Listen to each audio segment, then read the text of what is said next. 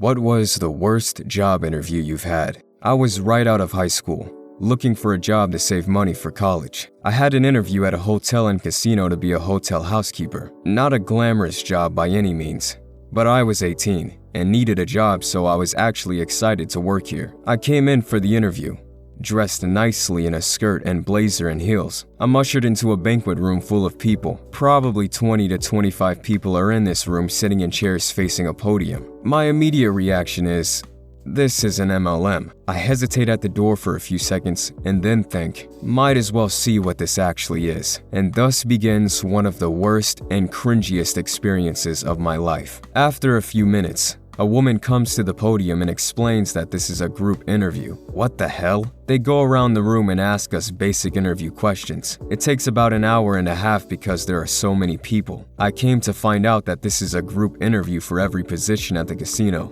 and hotel, restaurant cooks, hotel front desk, casino dealers, etc. Every single position. After the question and answer portion of the group interview, the woman calls a bunch of names and about half of the people go to another room. My name was not called, so I stayed seated. At this point, it's been almost 2 hours and I have to pee. Woman comes back and explains that the remaining people have passed on to the second portion of the interview. The second portion is with the departments we are interviewing for. I and a few other people go to housekeeping, meet with the manager, and are told that we need to show them how we work. We literally have to clean hotel rooms for this interview. Keep in mind, we are dressed business casual. I'm wearing heels. I was not prepared to clean hotel rooms for free during an interview. Stupidly, I stayed. I have to get on my hands and knees and clean bathroom floors, make beds, vacuum, etc. The room cleaning portion of the interview took maybe 20 to 30 minutes. We are also told we can't use the bathrooms in the room, so I still have to pee. In the third portion of the interview, we are ushered into a different banquet room. At this point, there are maybe 12 of us. At the head of the banquet room is a table with 5 or 6 people. We are told they are the president of the casino and a few other executives. We are told to get in a circle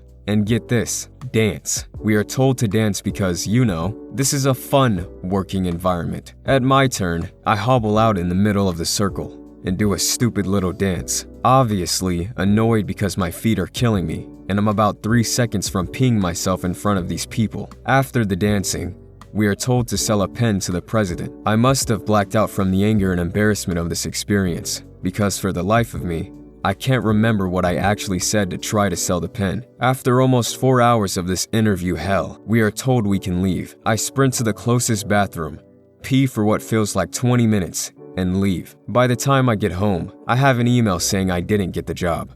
Know your worth. At any time you are asked to work for free, thank them for their time. It is understandable that knowledge tests or probing questions are needed, but when you get asked to do the work pro bono, just forget about it. I had an interview where I knew the answers I gave were good. I understood the technical side well, but the interviewer kept sneering, being rude and saying, "Really?"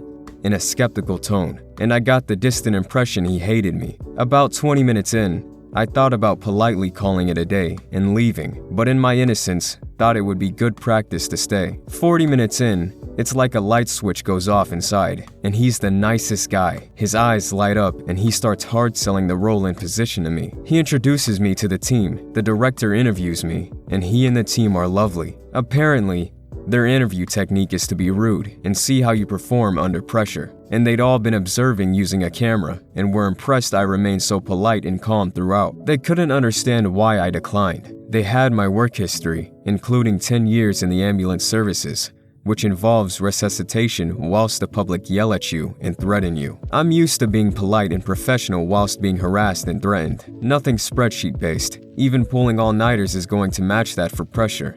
And I'm well known for staying calm and composed all the time, even if I'm exploding inside. My biggest objection was not realizing I was being broadcast and hearing them discuss my reactions to my face, like I was some kind of movie actor. It felt so violating. Honestly, I'd feel violated as well. Were they recording you or just live streaming you? If he didn't give them consent to be recorded, this company could be in trouble for recording him without permission. I definitely wouldn't want to work for this company, even if they did offer me the job. I was interviewing for a job in Houston, and lived in Austin, about 2.5 hours away. I drove to Houston for the first round of interviews, and they said it went well and wanted to bring me in for a final interview. So I drove there again. It seems like it went well, and they told me they had one more interview to conduct and would have a decision tomorrow. So the next day came and went. I emailed the manager to ask if any decision has been made. Nothing. Waited a couple more days. Left a voicemail. Nothing. Then a couple days later, I just called the main number for the company and told the receptionist why I was calling. She was like, well, someone just started in that job yesterday. They ghosted me after I drove a total of 10 hours to interview twice. Still salty about that 11 years later.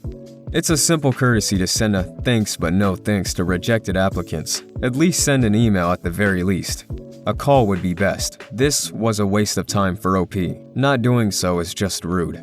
I applied to a government branch as a network admin. The newspaper ad asked for a bachelor's degree. They called me into the interview. When I got there, the first thing the interview said was, "We wanted someone with a master's degree. Why did you apply?" Now, I wanted to give them the benefit of the doubt. Maybe they had other interviews that day and got them mixed up. It happens. I just informed the interviewer that the ad I applied for requested a bachelor's degree and confirmed the position I was interviewing for. No, we definitely wanted someone with a master's degree.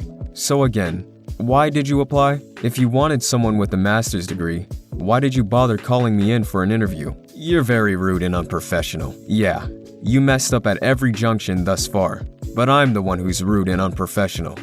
I always have the job posting description printed out with notes on it. Then when the interviewer says, "I don't know where you got this," I just show them. I had a Skype interview with a private practice, and the lady interviewing me literally made it sound like a stern military parent. You can never be late. Even if you have a cold, you can never call in sick. We're a small company, so you won't have much of a work-life balance. P.S. Our pay for all this dedication is only $3 more than the measly pay you're getting now. Just a whole interview of red flags. And the last one was when the lady messaged me immediately after saying I got the job and had to leave my job at maximum 5 days notice. Regardless of me kind of bombing the interview and claiming there were other interviewees in line, I could see why they were having trouble hiring people. I don't know where you are, but is it even legal in most places not to allow your employees to take sick days? What was this person thinking? Is the mentality somehow, it is better to go to the office and infect everybody else? And it sounds like they were selling you reasons why you should not take the job. As the interviewer, candidate responded to a question I asked with, "Is that really how you want to spend our time together? By asking me that question?" When I wrote up my notes, I included that bit. It obviously came up in the debrief and had a huge red flag. Other interviewers also had a similar, though not as serious, feedback on the candidate. He was not hired. As the interviewer immediately launched into, with a rough accusatory tone, "You're a job hopper. Why are you a job hopper?" When I was being recruited for a role a few years ago, I'd been working, successfully, as an independent consultant for 7 or 8 years, which she equated with job hopping. I ended that interview pretty quickly with a, "I don't think this is going to be a good fit," and gave the recruiter some pointed feedback. They seemed to acknowledge that she was difficult. Just so everyone can see this, you're allowed to be a job hopper, whether it's because of any circumstances, personal, preference, or chasing paper. You can work in as many or as few jobs as you like. I'd rather be someone who changed jobs often than stayed at a job I hated. You can get much more experience working multiple jobs over the years than from doing the same job over the same amount of time. I should know. As the interviewee, I told them I hated salespeople when they asked why I'd left my last job, which exposed 2 things about me. I hadn't looked up the company I was interviewing with, and that their primary line of business was sales. The mood got chilly real fast after that. Did not get the job. As the interviewer, had a guy ask if it was okay he went to the restroom real fast, and then never came back. His recruiter, who had come with him, was super embarrassed by the whole thing. Honestly, he was a young kid who just graduated, and while he was getting some of the more in-depth technical questions wrong, he definitely was asking the right questions in return, so we probably would have brought him in on entry level. I think he was experiencing a case of imposter syndrome, since we were asking him things he didn't know, so he panicked. Hope he received some coaching on how to handle that. Oftentimes, people who make sweeping complaints in interviews are going to be unhappy no matter what position it's for. Negativity definitely sets off warning flags for me when interviewing. Bit of context, this happened in 2008 and I had just graduated as a massage therapist. Since the economy was in pits due to the recession, massage therapists were not exactly in high demand, so employers could be picky. The only reason I was even considered for most of my interviews was because I graduated from an accredited school. A lot of the places I interviewed at would turn me down pretty quickly, since I didn't either have 10 years plus experience or the body of a supermodel with a massive rack. Easily, the worst experience was at a chiropractor who did absolutely nothing to hide his contempt for massage therapists. He showed up late, went into his office to check his mail first, and then proceeded to have the interview with me in his waiting room. He knew he could pick any massage therapist he wanted, and gave zero craps about how I felt. When it finally got on the subject of pay, he offered me minimum wage. At the time, your average salary was about $20 to $30 an hour. And I was already working a dead-end job at a gas station, making $2 more than what he was offering. I brought up how absurdly low his offer was, and he balked, saying that I would be paid as if I was working 40 hours a week, so it would even out. He also clarified that I would be expected to clean the office when not seeing a client, so I'd also be an underpaid janitor as well. It sounds like you could really annoy this guy by saying, "But you're not a real doctor, are you?" I bet that would wind him up. I drove an hour away to an interview at 8 a.m. I waited outside the interviewer's office until 8:30 a.m. with no one to tell me where to go or where she was. Finally, another employee walks by and I ask if they know where this woman is to interview me. They had no idea where she was, why she was late, and told me if she wasn't there yet, I should leave because she probably forgot. Okay? I decided 45 minutes is the cutoff, especially standing in a government building looking like a creep waiting. 8:45 on the dot, she rushes in, flustered, wet hair, and in casual yoga pants. With all the resurgence of patience I could muster, I greeted her and was met with a passive-aggressive scolding of how the interview was at 9, not 8. I triple-checked the email asking me to interview, and it was 8. We had conducted a phone interview, and she followed up with an email request to an in-person interview at 8. I was 100% positive on this. I hate being late. Even with this, and I did say, "I'm certain you said 8 a.m., ma'am." She wasn't having it. Conversely, she also went on about why she was late.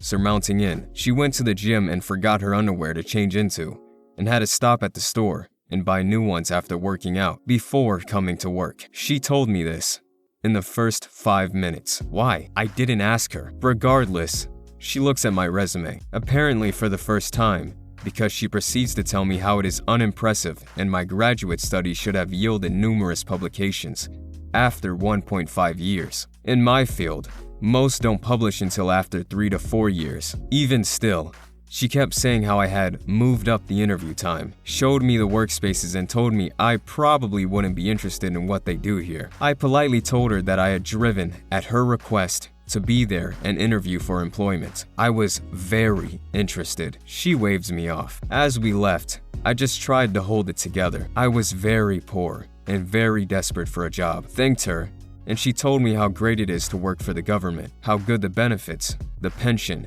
and the time off are. On and on. She said, if you can find an opening working for the government, you should try to check it out and get hired on. Hold up. I just looked her in the face and said, "Yes, ma'am. That was my hope with today's interview. Thank you," and left, and sat in my car and bawled the whole drive home like the desperate loser I was. That was a low one, to be sure. I can't imagine somebody who has obtained a graduate degree is feeling like a loser. That is a great accomplishment. This story seems to imply you're incredibly smart, with a good and honest heart.